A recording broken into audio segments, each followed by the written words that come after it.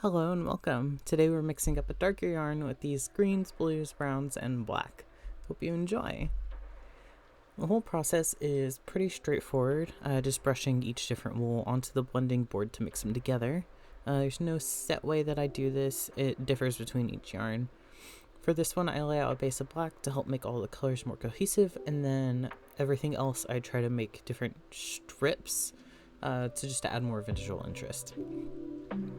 Eventually I really want a carding drum. This process will be much easier with that. Using the blending board is pretty slow, but it does make me put more thought into the roll eggs that I make from it. Doing roll eggs like this versus batting is a different result for the yarn too. You can use roll eggs to keep the colors a bit more separated, but with batting, the fibers are still next to each other instead of sections, so the colors are a lot more blended. I actually have another video in the works that I did batting instead of roll eggs, so you can really see the difference.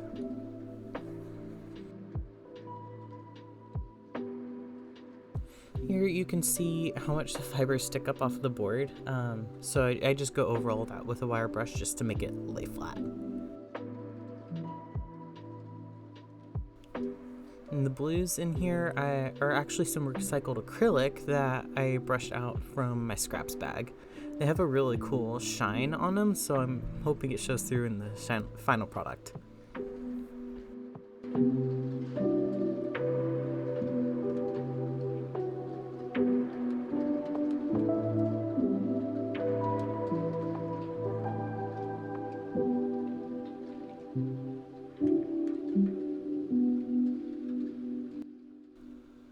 I did want to spoil the finished product a bit and just show all the steps together.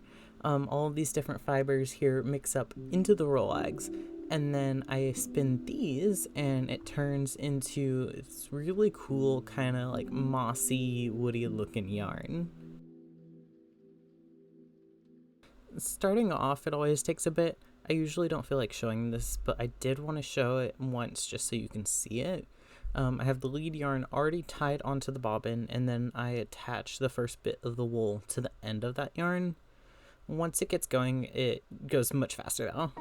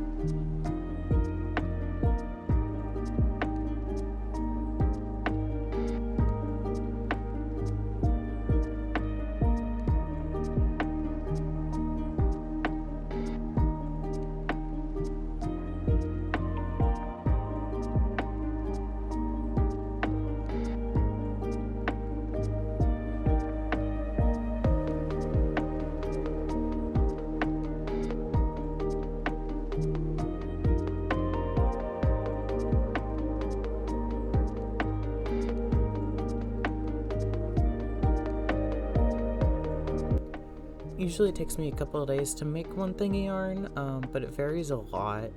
If the yarn's thicker, I can usually finish it within a day, but if it's really thin, then it can take way longer. I have some yarn that's on my wheel while editing this that I'm kind of challenging myself with. It's basically thread thickness, so it's taking a really long time to get spun up. I imagine if I were to work on it consistently, it would be like 3 or 4 days, but I've been taking breaks on it.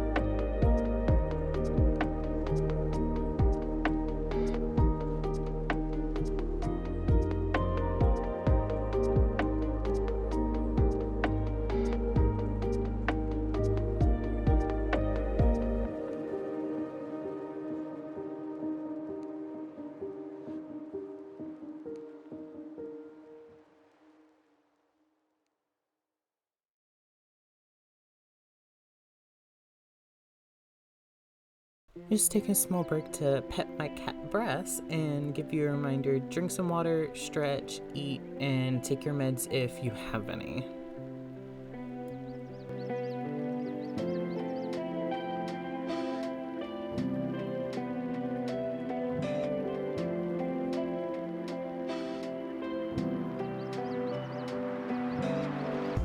Okay, back to work.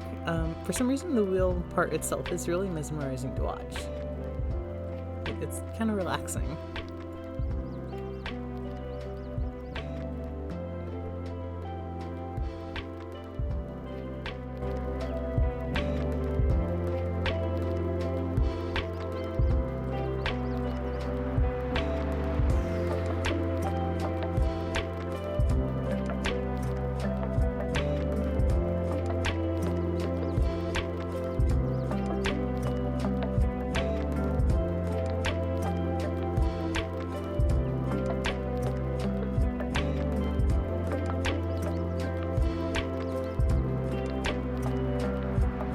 Usually while working, I'll just put on some music or YouTube videos to keep myself entertained. I started spinning yarn just over a year ago. And the very first yarn I actually made on December 30th of 2023. The improvements have been incredible since then. I've gotten way more consistent and I can work faster now. Here you can see a couple of the very first yarns I made. It took me about a full day to make this small bit of yarn, but now I can do like a full 3.5 ounce skein in one day. Also did it with a really cheap drop spindle, and I've gotten a better one and the wheel since then.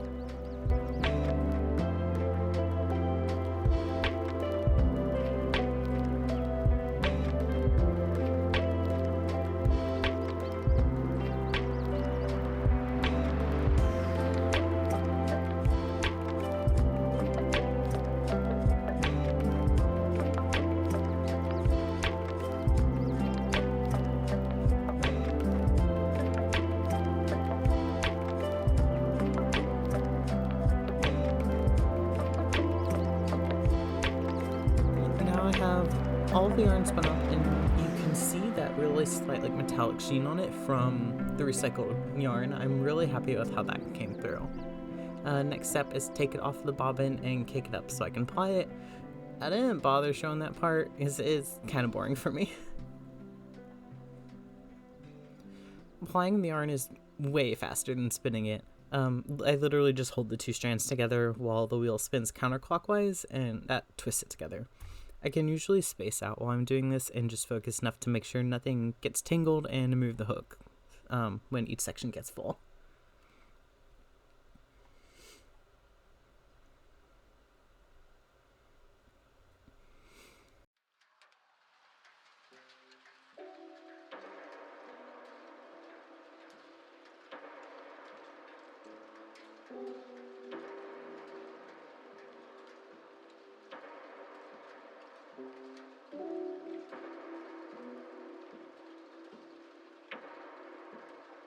The leather strap on the front is actually to help keep the tension on the flyer so that the yarn is able to twist up.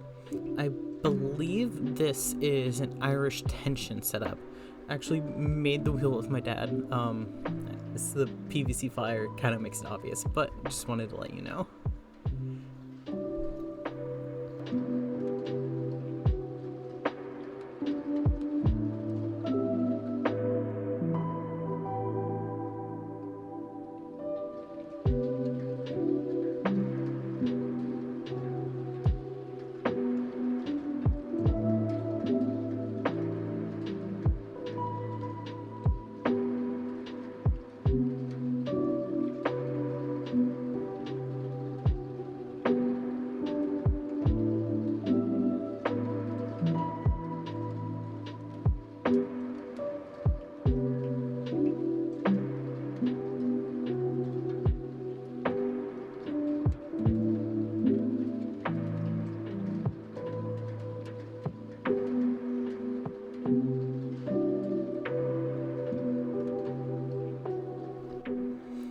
After it's all plied up around a nitty-knotty, I tie it off. I make sure to do 3 different spots where I tie it together just to make sure it doesn't get tangled up whenever I take it off later. The next step is just washing the yarn. I put a little bit of wool wash in a bowl of hot water, and then I have a second bowl of ice water next to it. I go back and forth soaking the yarn in the hot water first, then the ice water, and that shocks the fibers and forces them to stay in place so it doesn't unravel.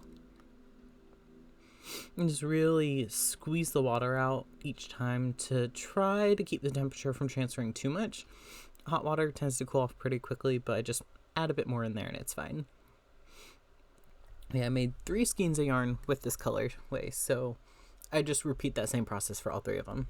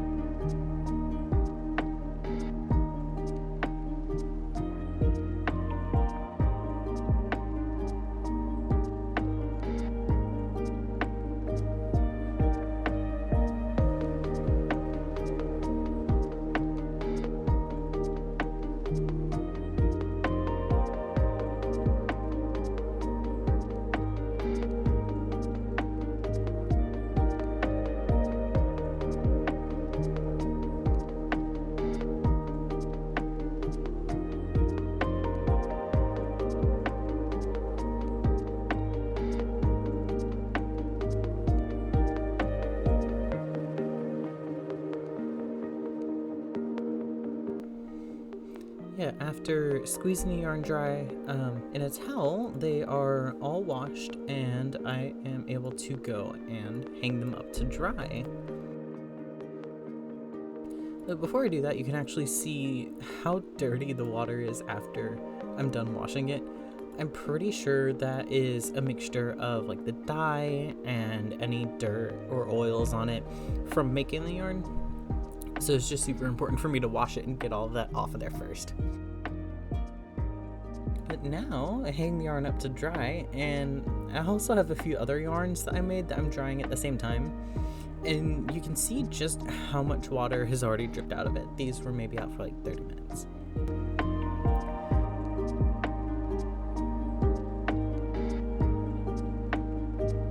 But yeah, now it's all done. These full skeins are made and ready to use.